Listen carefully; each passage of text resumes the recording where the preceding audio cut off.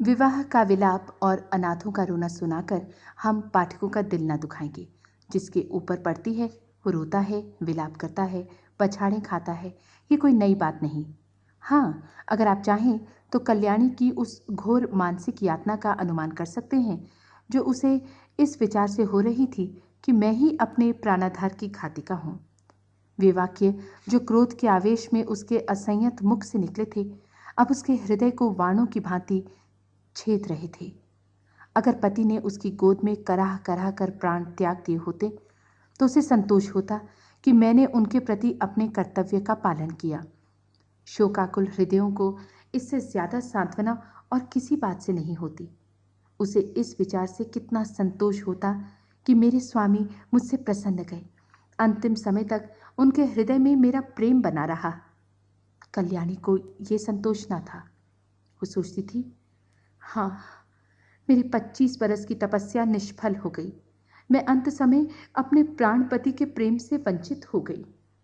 अगर मैंने उन्हें ऐसे कठोर शब्द ना कहे होते तो वो कदापि रात को घर से ना जाते। न जाने उनके मन में क्या क्या विचार आए हों। उनके मनोभावों की कल्पना करके और अपने अपराध को बढ़ा बढ़ा कर वो आठों पहर कुढ़ती रहती थी। जिन बच्चों पर वो प्राण देती थी अब उनकी सूरत से चिढ़ती। इन्हीं के कारण मुझे अपने स्वामी से रार मोल लेनी पड़ी। यही मेरे शत्रु हैं। जहां आठों पहर कचहरी सी लगी रहती थी वहां अब खाक उड़ती है। वो मेला ही उठ गया। जब खिलाने वाला ही ना रहा तो खाने वाले कैसे पड़े रहते। धीरे धीरे 1 महीने के अंदर सभी भांजे भतीजे विदा हो गए।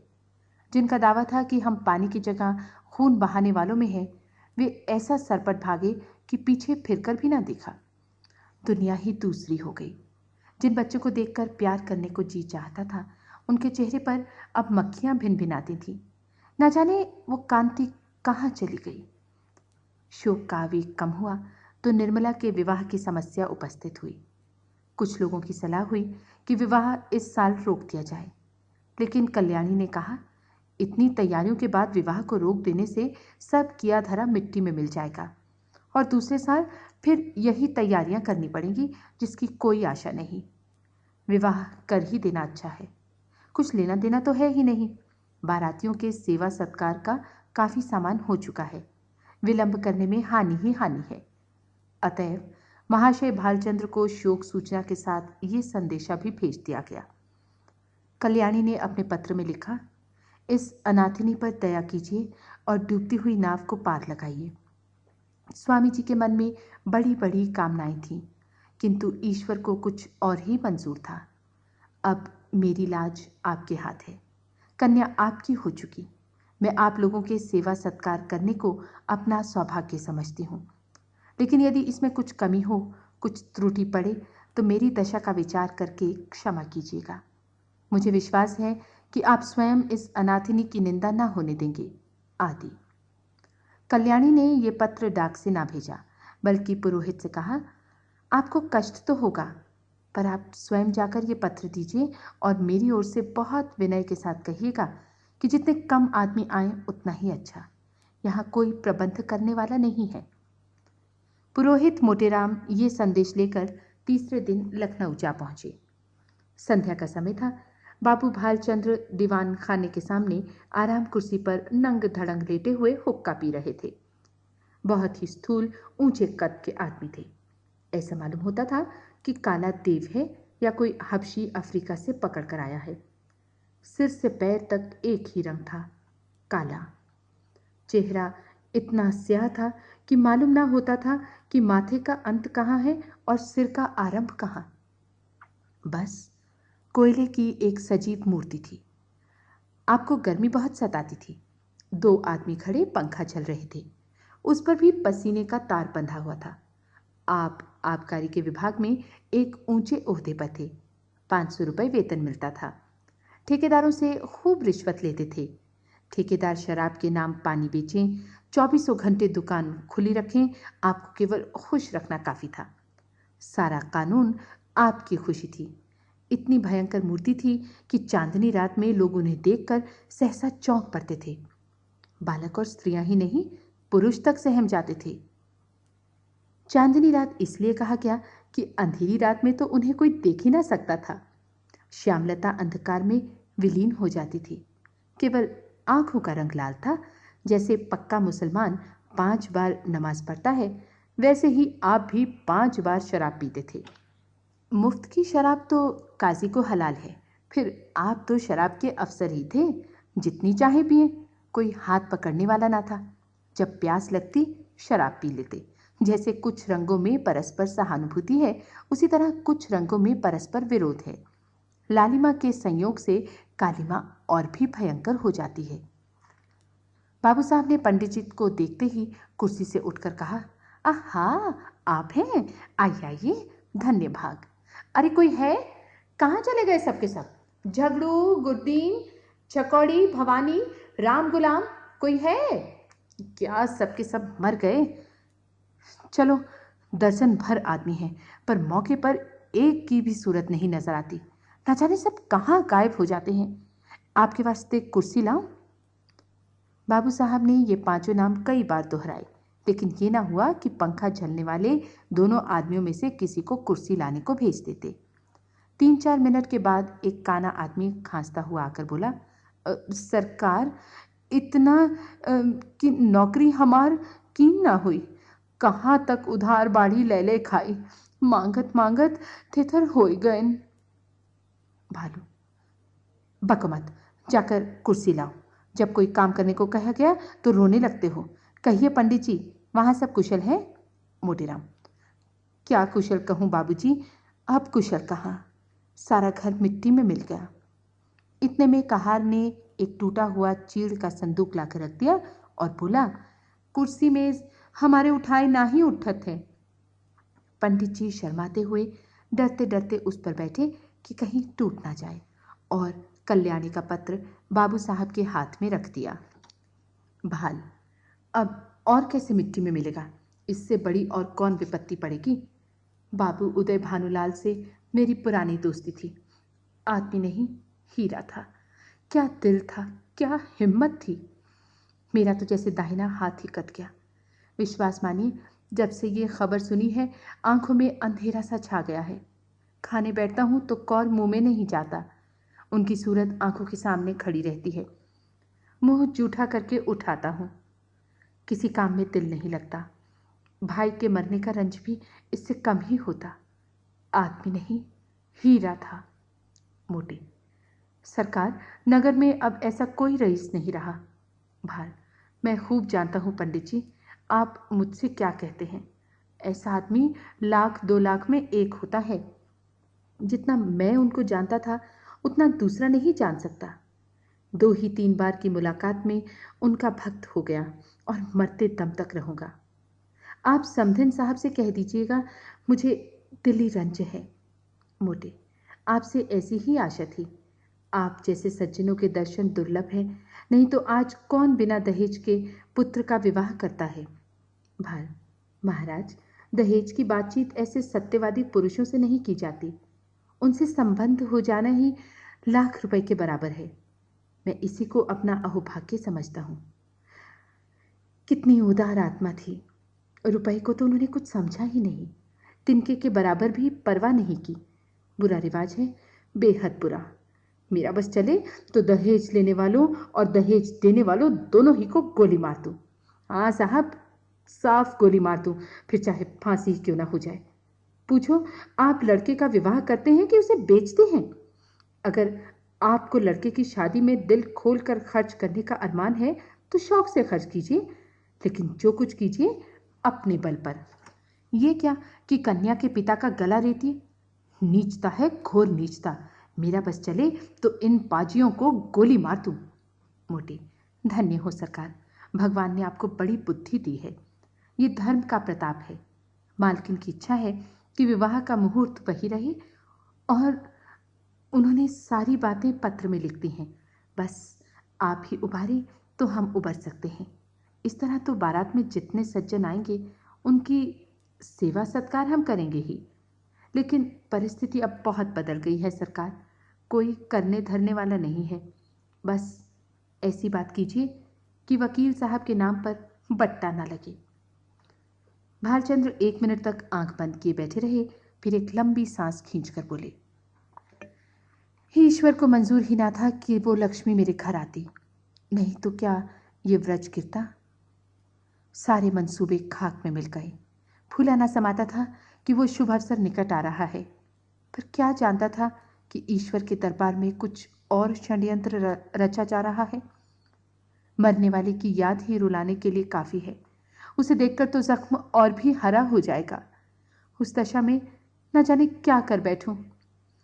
इसे गुण समझिए चाहे दोष, कि जिससे एक बार मेरी घनिष्ठता हो गई फिर उसकी याद चित्त से नहीं उतरती। अभी तो खैर इतना ही है कि उनकी सूरत आंखों के सामने नाचती रहती है, लेकिन यदि वो कन्या घर में आ गई तब मेरा जिंदा रहना कठिन हो जाएगा। सच मानिए, रोते रोते मेरी आंखें फूट जाएंगी। जानता हूं रोना धोना व्यर्थ है। जो मर गया वो लौट कर नहीं आ सकता।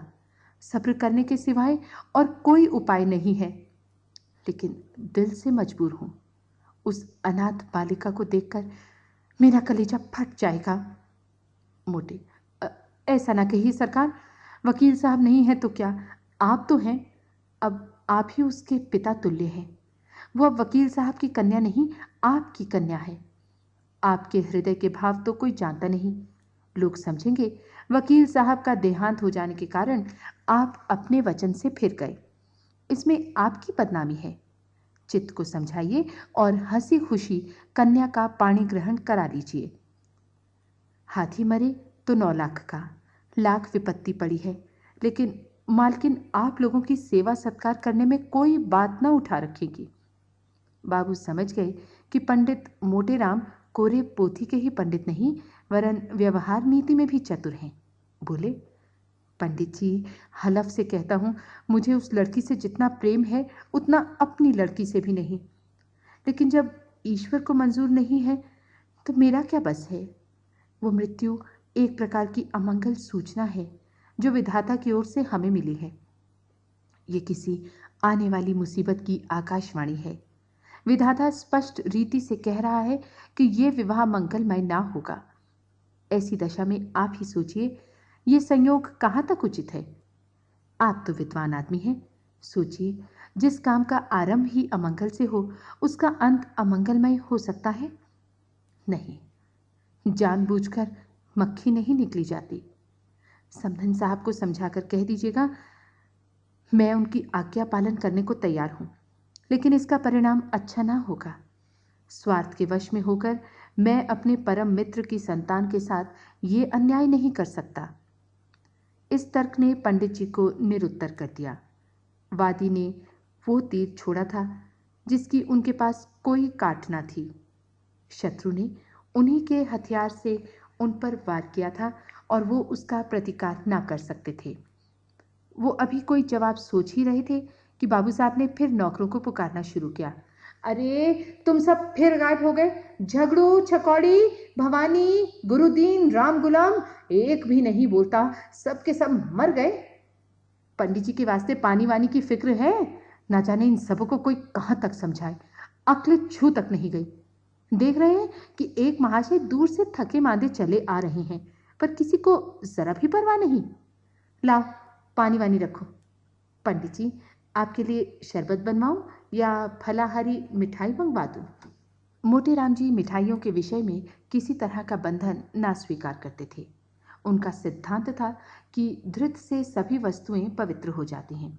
रसगुल्ले और बेसन के लड्डू उन्हें बहुत प्रिय थे, पर शरबत से उन्हें रुचि न थी।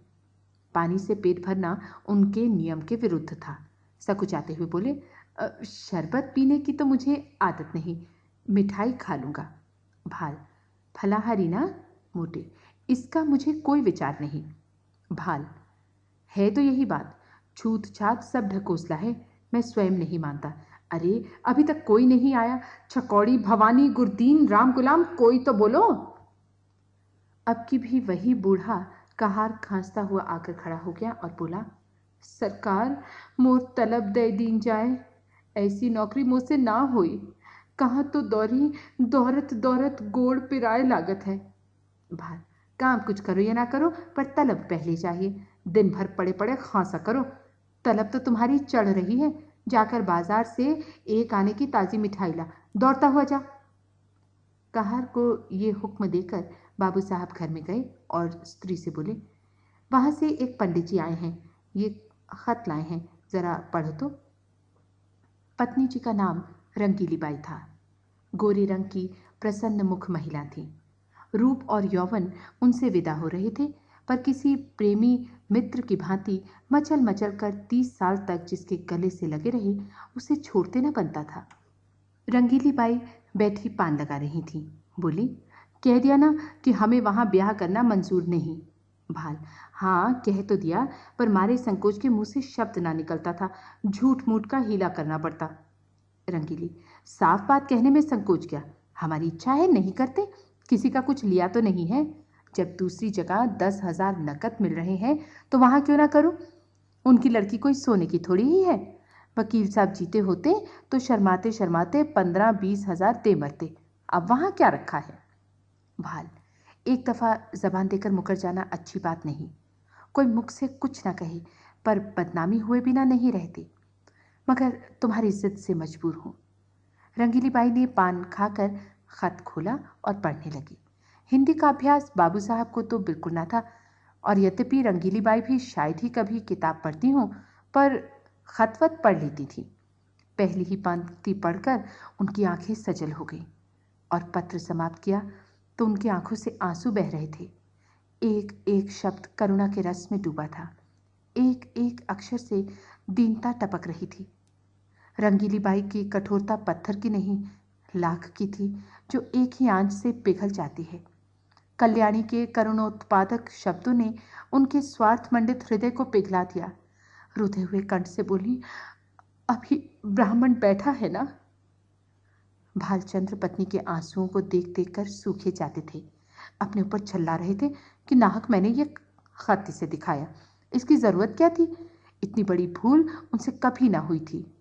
संदिग्ध भाव से बोले, शायद बैठा हो, मैंने तो जाने को कह दिया था। रंगीली ने खिड़की से झांक कर देखा। पंडित मोटेराम जी बगुले की तरह ध्यान लगाए बाजार के रास्ते की ओर ताक रहे थे। लालसा में व्यग्र होकर कभी ये पहलू बदलते, कभी वो पहलू। एक आने की मिठाई ने तो आशा की कमर पहले ही तोड़ दी थी, उसमें भी ये विलंब, दारुण दशा थी। उन्हें बैठे देखकर रंगीली बाई बोली, हैं अभी हैं, जाकर कह दो हम विवाह करेंगे, जरूर करेंगे। बेचारी बड़ी मुसीबत में है। भाल, तुम कभी कभी बच्चों की सी बातें करने लगती हो। अभी उससे कह आया हूं कि मुझे विवाह करना मंजूर नहीं। एक लंबी चौड़ी भूमिका बांधनी पड़ी। अब जाकर ये संदेश कहूंगा तो वो अपने दिल में क्या कहेगा, जरा सोचो तो। ये शादी विवाह का मामला है, लड़कों का खेल नहीं कि अभी एक बात तय की अभी पलट गए। भले आदमी की बात ना हुई, दिल लगी हुई। रंगीली, अच्छा तुम अपने मुंह से ना कहो, उस ब्राह्मण को मेरे पास भेज दो। मैं इस तरह समझा दूंगी कि तुम्हारी बात भी रह जाए और मेरी भी। इसमें तो तुम्हें कोई आपत्ति नहीं है। भाल, तुम अपने सिवा सारी दुनिया को नादान समझती हो। तुम कहो या मैं कहूं, बात एक ही है। जो बात तय हो गई वो हो गई, अब मैं उसे फिर नहीं उठाना चाहता। तुम ही तो बार बार कहती थी कि मैं वहां ना करूंगी। तुम्हारे ही कारण मुझे अपनी बात खोनी पड़ी। अब तुम फिर रंग बदलती हो। ये तो मेरी छाती पर मूंग दलना है। आखिर तुम्हें कुछ तो मेरे मान अपमान का विचार करना चाहिए। रंगीली, तो मुझे क्या मालूम था कि विधवा की दशा इतनी हीन हो गई है। तुम्ही ने तो कहा था कि उसने पति की सारी संपत्ति छिपा रखी है और अपनी गरीबी का ढोंग रचकर काम निकालना चाहती है। एक ही छटी हुई औरत है। तुमने जो कहा वो मैंने मान लिया। भलाई करके बुराई करने में तो लज्जा और संकोच है, बुराई करके भलाई करने में कोई संकोच नहीं। अगर तुम हाँ कराए होते और मैं नहीं करने को कहती तो तुम्हारा संकोच उचित था। नहीं करने के बाद हाँ करने में तो अपना बड़प्पन है। भाल, तुम्हें बड़प्पन मालूम होता है, मुझे तो लुच्चापन ही मालूम होता है। फिर तुमने ये कैसे मान लिया कि मैंने वकीलाइन के विषय में जो बात कही थी वो झूठी थी? क्या वो पत्र देखकर? तुम जैसी खुद सरल हो वैसे ही दूसरों को भी सरल समझती हो। रंगीली, इस पत्र में बनावट नहीं मालूम होती। बनावट की बात दिल में चुभती नहीं, उसमें बनावट की गंध अवश्य रहती है। भाल, बनावट की बात तो ऐसे चुभती है कि सच्ची बात उसके सामने बिल्कुल फीकी मालूम होती है। ये किस्से कहानियां लिखने वाले, जिनकी किताबें पढ़ पढ़कर तुम घंटों रोती हो, क्या सच्ची बातें लिखते हैं? सरासर झूठ का तुमार बांधते हैं। ये भी एक कला है। रंगीली, क्यों जी, तुम मुझसे भी उड़ते हो? दाई से पेट छिपाते हो? मैं तुम्हारी बातें मान जाती हूं तो तुम समझते हो इसे चकमा दिया, मगर मैं तुम्हारी एक एक नस पहचानती हूं। तुम अपना ऐब मेरे सिर मढ़कर खुद बेदाग बचना चाहते हो।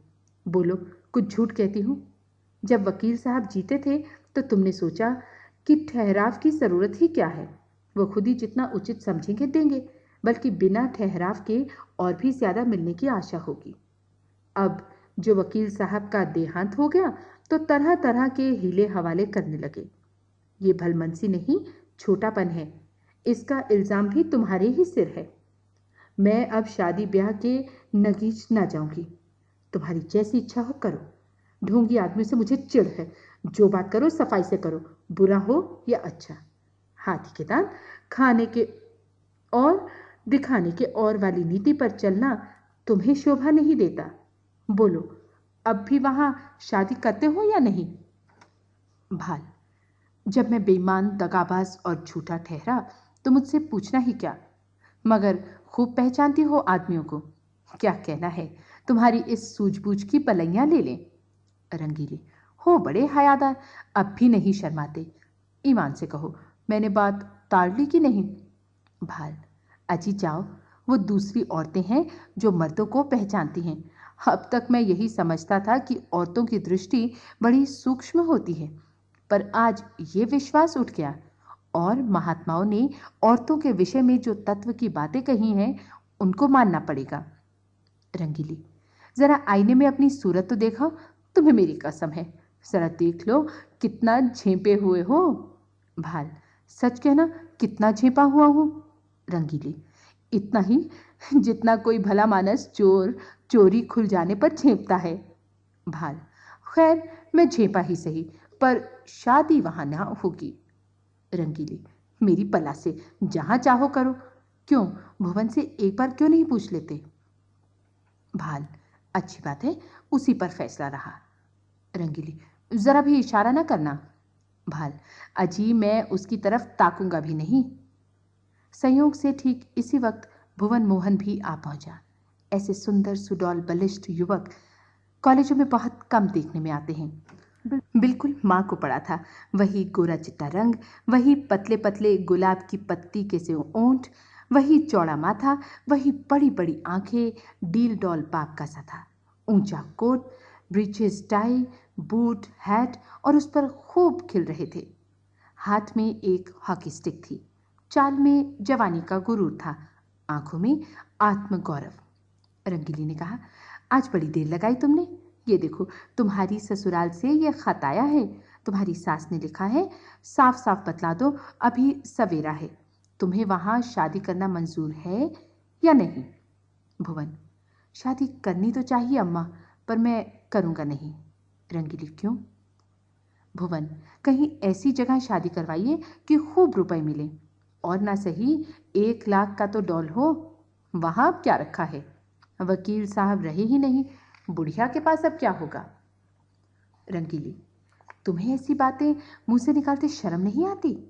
भुवन, इसमें शर्म की कौन सी बात है? रुपए किसे काटते हैं? लाख रुपए तो लाख जन्म में भी ना जमा कर पाऊंगा।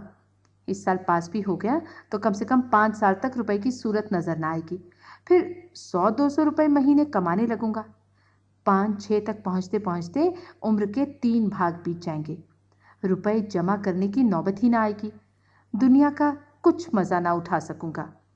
किसी धनी की लड़की से शादी हो जाती तो चैन से कटती।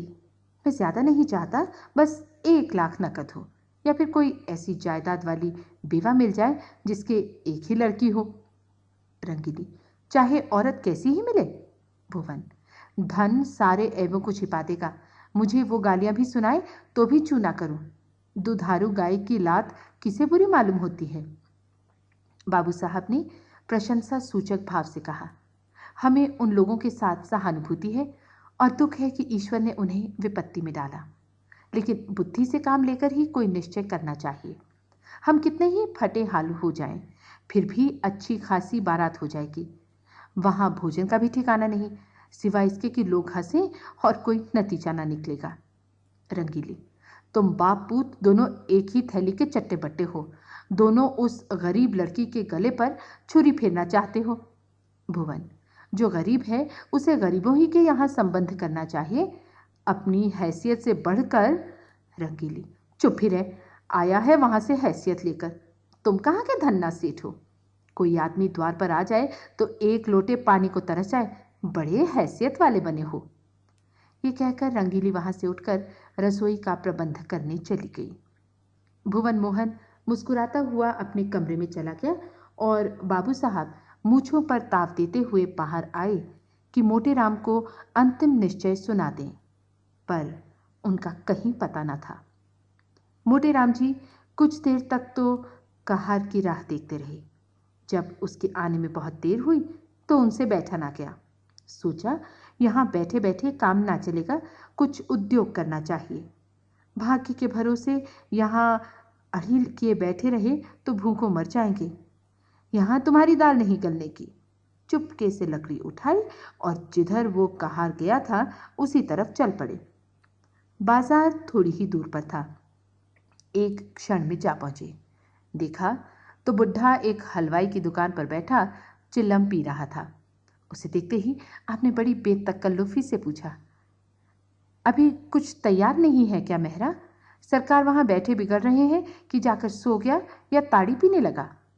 मैंने कहा, सरकार ये बात नहीं, बुढ़ा आदमी है, आते ही आते तो आएगा। बड़े विचित्र जीव हैं, न जाने इनके यहाँ कैसे नौकर टिकते हैं। कहार, मुझे छोड़कर आज तक दूसरा कोई टिका नहीं और ना टिकेगा। साल भर से तलब नहीं मिली, किसी को तलब नहीं देते। जहाँ किसी ने तलब मांगी और लगे डांटने, बेचारा नौकरी छोड़कर भाग जाता है। वे दोनों आदमी जो पंखा झल रहे थे सरकारी नौकर हैं। सरकार से 2 अड़तली मिले हैं ना, इसी से पड़े हुए हैं। मैं भी सोचता हूँ जैसा तेरा ताना बाना वैसी मेरी भरनी। 10 साल कट गए हैं, साल 2 साल और इसी तरह कट जाएंगे। मोतीराम, तो तुम ही अकेले हो, नाम तो कई कहारों का लेते हैं। कहार, वो सब इन 2-3 महीनों के अंदर आए और छोड़ छाड़ कर चले गए। ये अपना रोब जमाने को अभी तक उनका नाम जपा करते हैं। कहीं नौकरी दिलाइए, चलूं। मोतीराम, अजीब बहुत नौकरी हैं, कहार तो आजकल ढूंढे नहीं मिलते। तुम तो पुराने आदमी हो, तुम्हारे लिए नौकरी की क्या कमी है? यहाँ कोई ताज़ी चीज़ मुझसे कहने लगे खिचड़ी बनाइएगा या बाटी लगाइएगा। मैंने कह दिया, सरकार बुढ़ा आदमी है, रात को उसे मेरा भोजन बनाने में कष्ट होगा, मैं कुछ बाजार ही से खा लूँगा, इसकी आप चिंता ना करें। बोले, अच्छी बात है, कहार आपको दुकान पर मिलेगा। बोले, शाहजी कुछ तरमाल तैयार है? लड्डू तो ताज़े मालूम होते हैं, तोल दो 1 सेर भर, आ जाओ वहीं ऊपर ना। ये कहकर मोतीराम जी हलवाई की दुकान पर जा बैठे और तरमाल चखने लगे। खूब छक कर खाया, 2.5-3 सेर चट कर गए। खाते जाते थे और हलवाई की तारीफ करते जाते थे। शाहजी, तुम्हारी दुकान का जैसा नाम सुना था वैसा ही माल भी पाया। बनारस वाले ऐसे रसगुल्ले नहीं बना पाते। कलाकंद अच्छी बनाते हैं, पर तुम्हारी उनसे बुरी नहीं। माल डालने से अच्छी चीज नहीं बन जाती, विद्या चाहिए। हलवाई, कुछ और लीजिए महाराज, थोड़ी सी रबड़ी मेरी तरफ से लीजिए। मोतीराम, इच्छा तो नहीं है, लेकिन दे दो पाव भर। हलवाई, पाव भर क्या लीजिएगा, चीज़ अच्छी है, आधा सेर तो लीजिए। खूब इच्छापूर्ण भोजन करके पंडित जी ने थोड़ी देर तक बाजार की सैर की और 9 बजते बजते मकान पर आए। यहाँ सन्नाटा सा छाया हुआ था, लालटेन जल रही थी। आपने चबूतरे पर बिस्तर जमाया और सो गए। सवेरे अपने नियमानुसार कोई 8 बजे उठे तो देखा कि बाबू साहब टहल रहे हैं। इन्हें जगह देखकर वो पालागन कर बोला, महाराज आप रात कहाँ चले गए? मैं बड़ी रात तक आपकी राह देखता रहा। भोजन का सब सामान बड़ी देर तक रखा रहा, जब आप ना आए तो रखवा दिया गया। आपने कुछ भोजन किया था या नहीं? मोटे, हलवाई की दुकान में कुछ खा आया था। भाल, अजीब पूरी मिठाई में वो आनंद कहाँ जो बाटी और दाल में है।